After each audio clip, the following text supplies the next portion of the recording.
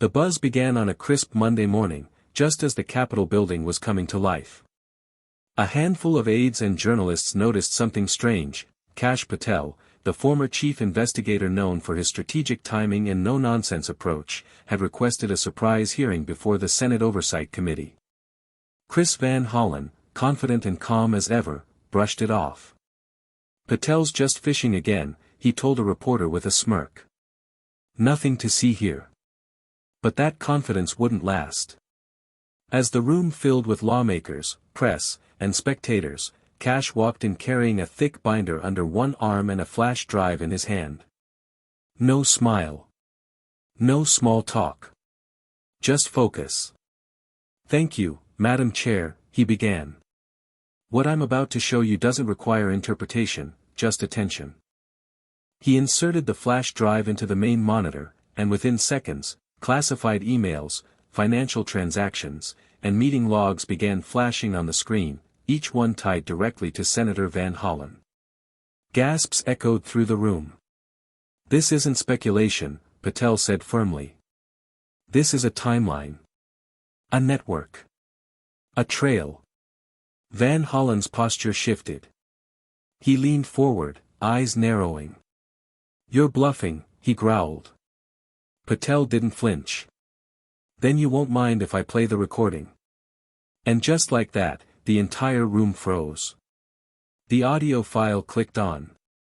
For the first few seconds, it was just background noise, papers shuffling, a distant hum of chatter.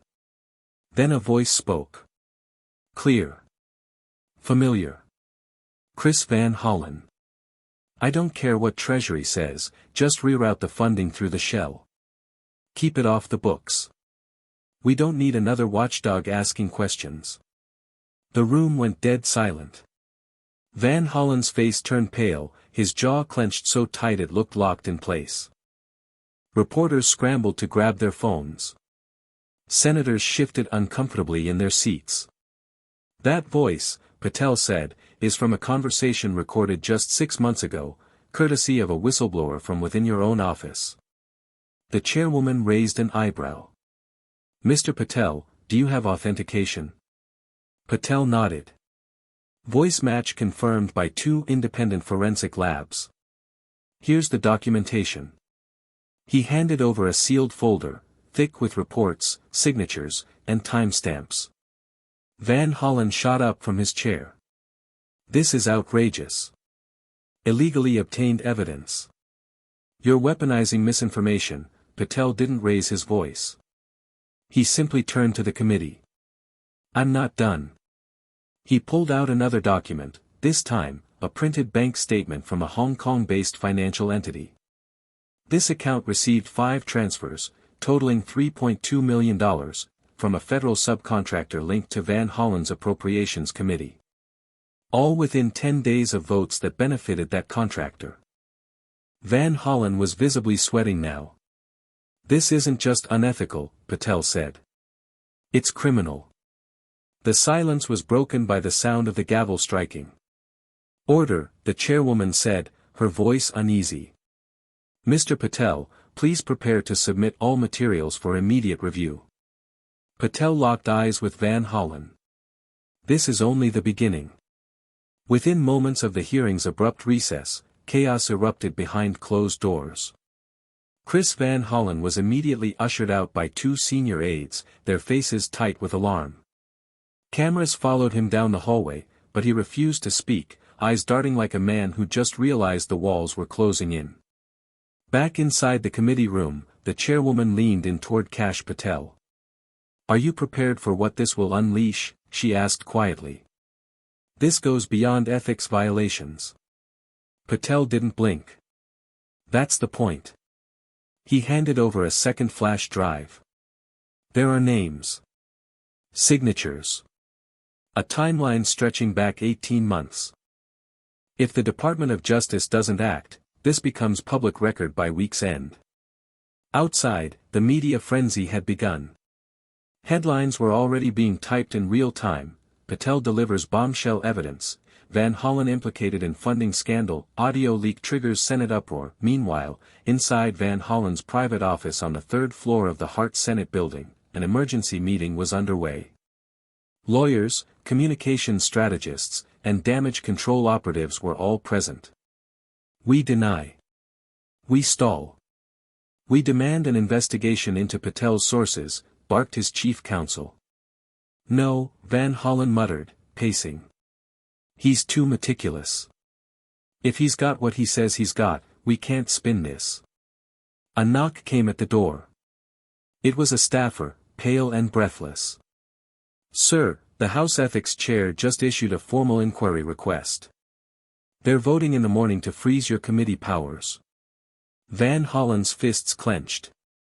"This is a takedown operation." "And it's working," the staffer whispered. By sunrise the next morning, Capitol Hill was humming with tension. Kash Patel arrived early, calm as ever, walking past reporters shouting questions with camera lights blazing. He didn't speak. He didn't need to. The evidence already had. Inside the House Ethics Committee, a rare emergency session was convened. The chair opened with one line: "We have received credible, verified material suggesting criminal misconduct by Senator Chris Van Hollen. This is no longer a partisan issue. This is a matter of national integrity." Unanimously, they voted to suspend Van Hollen from all committee responsibilities, pending the outcome of a federal investigation. The news broke live across networks. Breaking: House Ethics Committee suspends Van Hollen, federal investigation launched.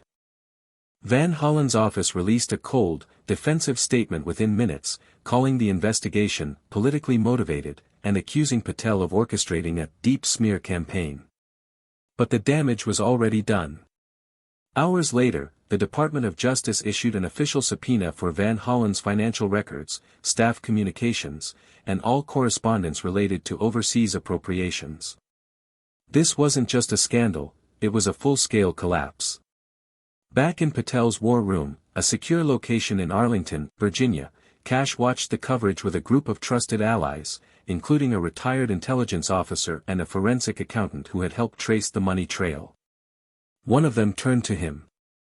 "You just triggered a political earthquake. What's your next move?"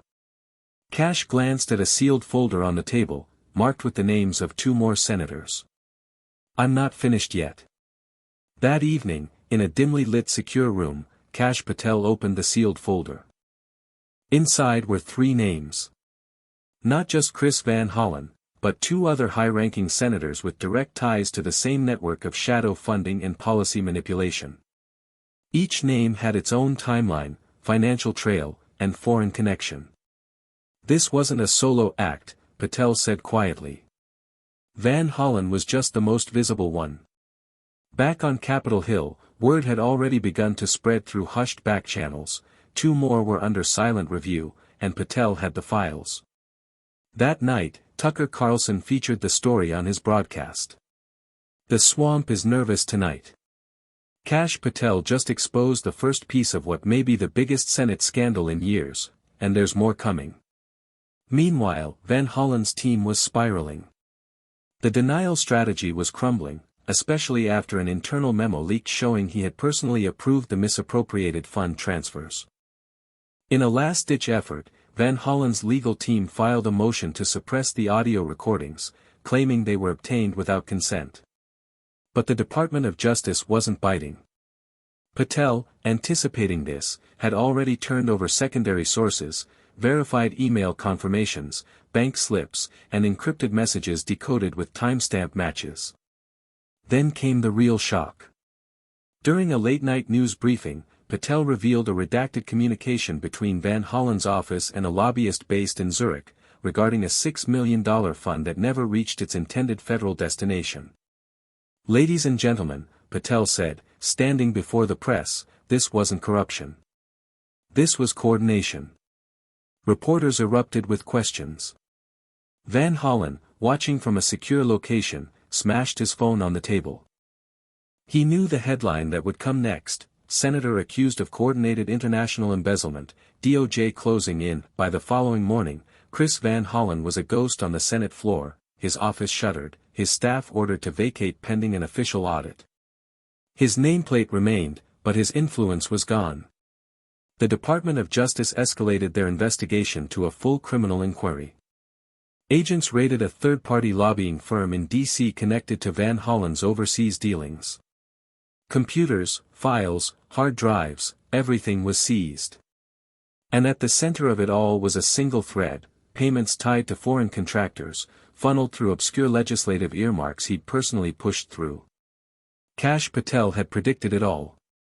While media outlets scrambled for new angles, Patel stayed out of the spotlight. But behind the scenes, he was coordinating with federal agents, 2 Senate aides turned whistleblowers, and a cybersecurity team that had helped retrieve deleted emails from encrypted archives. Then came the public bombshell. Patel released a heavily redacted document titled Operation Titapool, an internal Senate report Van Hollen had ordered buried a year ago.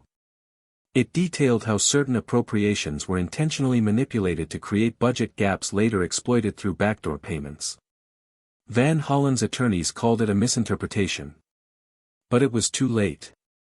C-SPAN broke into regular programming with a live statement from the DOJ. A federal grand jury has been impaneled to consider charges against Senator Chris Van Hollen related to fraud, abuse of public office, and obstruction of justice. The moment hit like a thunderclap across the political world. Some tried to defend him. Most went silent. Kash Patel, watching the news in a quiet hotel suite, leaned back in his chair. His phone buzzed.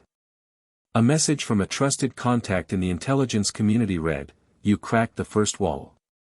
Are you ready for what's behind it?" Patel typed 2 words in reply, "Let's begin." Within 24 hours of the DOJ's grand jury announcement, Kash Patel was summoned to a private intelligence briefing at an undisclosed federal location. The room was small, just 6 people, no cameras, no phones.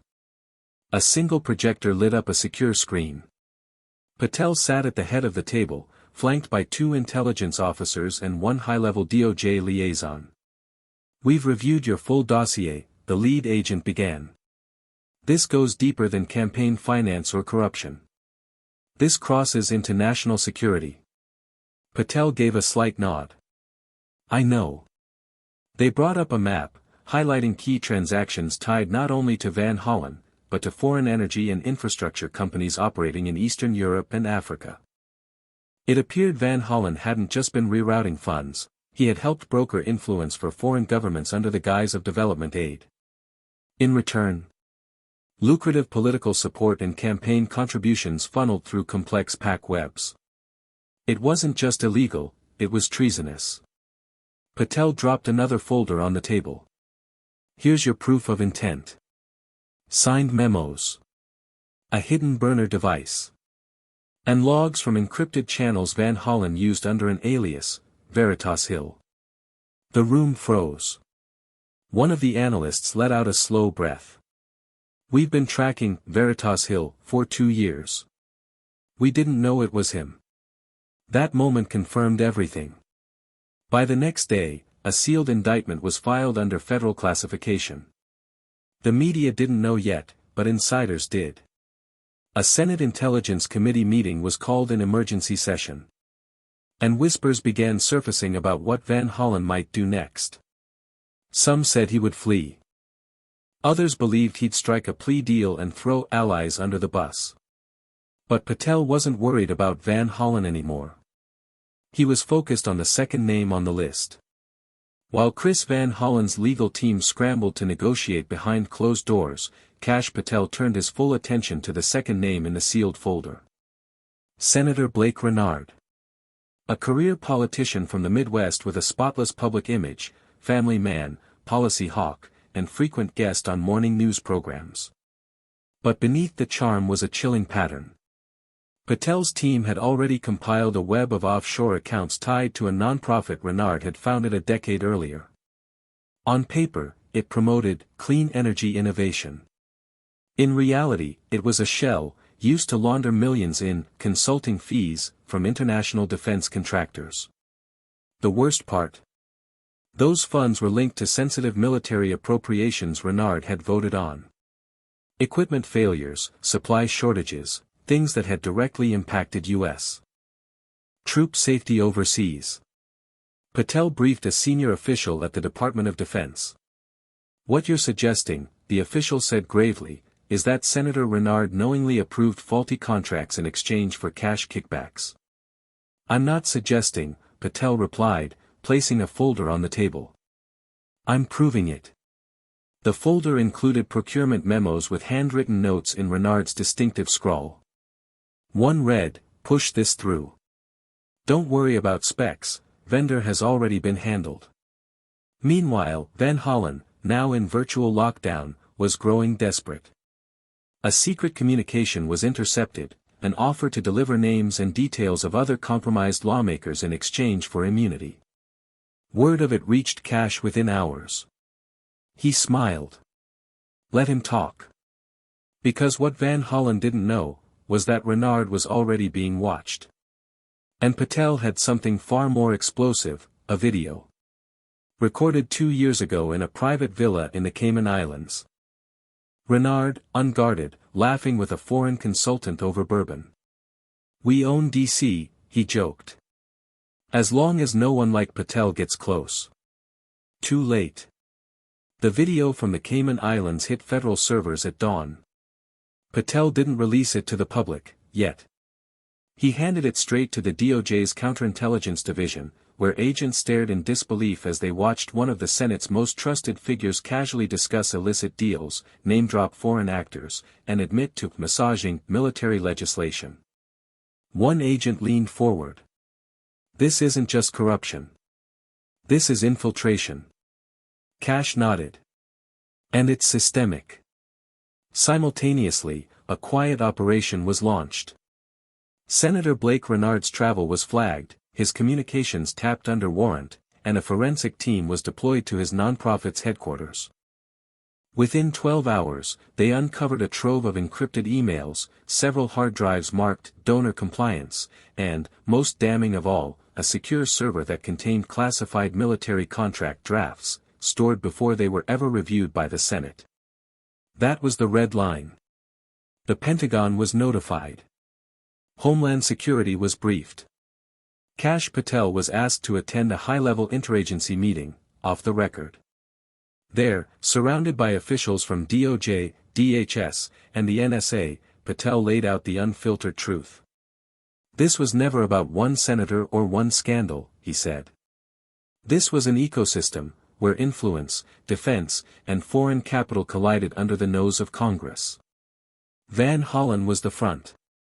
Rennard was the strategist. And the third name," he paused, "was the fixer." Gasps filled the room. Back at the Capitol, word of the second investigation leaked. Senator Rennard, arriving for a scheduled hearing, was intercepted by federal agents and escorted out a side entrance. Cameras caught it. The image went viral in minutes. Breaking, second senator under investigation in Patel probe, Capitol in panic. Inside his Arlington office, Patel reviewed a final file. Name 3. The fixer. He whispered the name to himself. Now it ends. The third name in the folder, Senator Olivia Hartley. Unlike the others, Hartley was known for staying in the shadows, never front and center, never in scandal. But she was the architect. The one who connected the donors, silenced whistleblowers, and cleaned up the messes. Kash Patel had known from the beginning that Hartley would be the hardest to expose. She left no fingerprints, only whispers. But now, he had more than that. In a sealed indictment prepared by a joint DOJ-NSA task force, Patel included evidence gathered from a compromised private server stored in an off-grid data facility in Colorado. It contained transaction logs, meeting minutes from private retreats, and surveillance footage showing Hartley speaking to a foreign intelligence liaison under diplomatic cover. "They'll never find it," she said on tape. "Even if they do, they won't believe it came from me." But Patel had found it. And now the entire nation would believe it. That morning, Patel held a nationally televised press conference flanked by DOJ officials. He laid it all out: 3 senators, dozens of intermediaries, millions of taxpayer dollars rerouted through fake charities, overseas accounts, and corrupt defense contracts. But he ended with one line that stunned the country: this wasn't just corruption. This was compromise. And it almost worked. Within hours, arrest warrants were issued for Van Hollen, Rennard, and Hartley. Capitol Hill fell into chaos. Staffers cleared out. Emergency sessions were called. Trust in the institution had cracked, but the reckoning was unavoidable. Van Hollen turned himself in. Rennard was picked up by federal agents outside a D.C. law firm. And Hartley? She was arrested boarding a private jet in Maryland, passport in hand, bound for Zurich. The footage of her being handcuffed in silence as Patel watched from the tarmac was replayed on every network. 3 senators. 3 takedowns. One man who saw it all coming. As the dust settled, a reporter shouted at Kash from behind a security line, "Was it worth it?" Patel looked up. "Ask me when they're replaced by people who actually serve the country." It was over. And everything had changed. Though the arrests were complete and the corruption network dismantled, the aftermath had only just begun. Within days, multiple Senate subcommittees were suspended pending internal audits. The president was forced to address the nation in an emergency broadcast. This betrayal of the American people will not go unanswered. Reforms are coming, real ones. And we owe our gratitude to Mr. Kash Patel for uncovering the truth. Across the country, trust in government institutions had hit an all-time low. But something unexpected happened. Whistleblowers from across Washington began to emerge. People who had stayed silent for years were now speaking up, empowered by Patel's victory. Patel, however, remained out of the spotlight. He declined major interviews and ignored publishing offers. Instead, he began quietly assembling a new team, not for investigation, but for prevention. When asked what his next move would be, he simply said, "They weren't the only 3. They were just the beginning." In a private, secure location, Patel stood before a massive corkboard, now updated with new photos, documents, and red strings connecting names no one had seen before. A former intelligence officer on his team looked at the board and asked, "You really think the system can be fixed?" Patel didn't hesitate. "I don't know. But we're going to burn out the rot trying." Outside, the American flag rippled in the wind above a Capitol still standing, damaged, but no longer blind. The fight wasn't over. But thanks to Patel, the game had changed. Forever. 6 months later, the ripple effects of Kash Patel's crusade had reshaped the American political landscape. Senators Chris Van Hollen, Blake Rennard, and Olivia Hartley were all awaiting trial, each denied bail due to the severity of their offenses. More than a dozen staffers, lobbyists, and foreign intermediaries had been indicted alongside them. A sweeping bipartisan bill, the National Integrity Act, had passed both chambers with near-unanimous support. It established mandatory financial transparency, banned overseas shell nonprofits, and created an autonomous investigative office directly reporting to the public. The author of the bill? Kash Patel. He declined any formal office or appointment, despite calls from both parties to take a leadership role. Instead, he opened a private institute, the Sentinel Project, designed to train investigative analysts and legal minds to audit power structures before they became corrupt. At the ribbon-cutting ceremony, Patel gave a short, pointed speech. "This isn't about revenge. It's about restoration. If we don't watch the watchers, we will always be too late." In the crowd stood families of fallen soldiers who had unknowingly been victims of the defense contract fraud uncovered by Patel. They cheered not just for justice, but for the man who had refused to look away. As the sun set behind the Capitol, the camera panned wide, capturing what many thought they'd never see again: hope in motion, justice with teeth. And at the center of it, one man who didn't ask for permission. Just the truth.